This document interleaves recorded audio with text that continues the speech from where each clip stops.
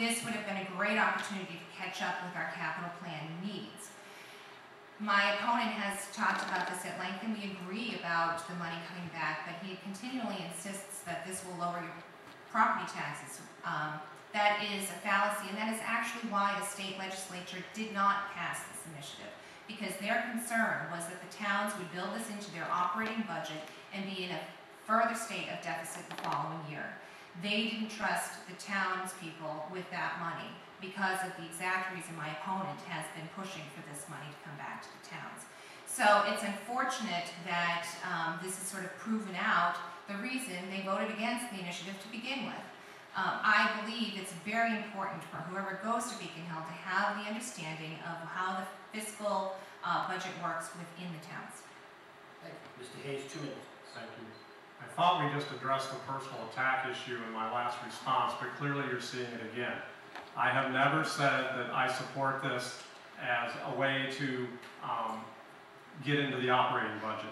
The key is that the people who would go support this, as I will, this is $630,000 to the town of Lunenburg. It's $3.6 million across the district. It's been withheld by the state into their rainy day fund while it's been raining out in our towns. Now, once this money comes back to the towns, the question of the ballot question is worded such that it's there for direct property tax relief. It would be one time, which is what I have said. The voters understand that. It's up to the town leaders, the selectmen, as we have some in the room here, we have in all the other towns, realize that this is a one-time payment. You can apply that to the property tax for this 1 year. I think the voters would appreciate that. If they don't see their taxes go up for 1 year, they're smart enough to know that next year they could be in the exact same situation of an override, and they realize the implications. I will not propose to talk down to my voters and my constituents that I need to educate them and have the state government protect us when they take our money and divert it away from us, as was the original intention of the lottery money, and then say, no, we're not going to give it back to you because you're irresponsible. I think the voters deserve that money. It's been diverted away from us. Give it back to the towns, and we'd all be happy to take 1 year of property tax relief, knowing what will happen next year. But oh, by the way, I will advocate to uncap the lottery funds so that we can help that situation out in the future. Thank you. Thank you. Well, I do agree with you, and I thought it was very unfortunate that our state legislature did not send the money back to the towns, as I just said. And I did lobby our legislators to do that, because I knew we would know in the towns how to handle that.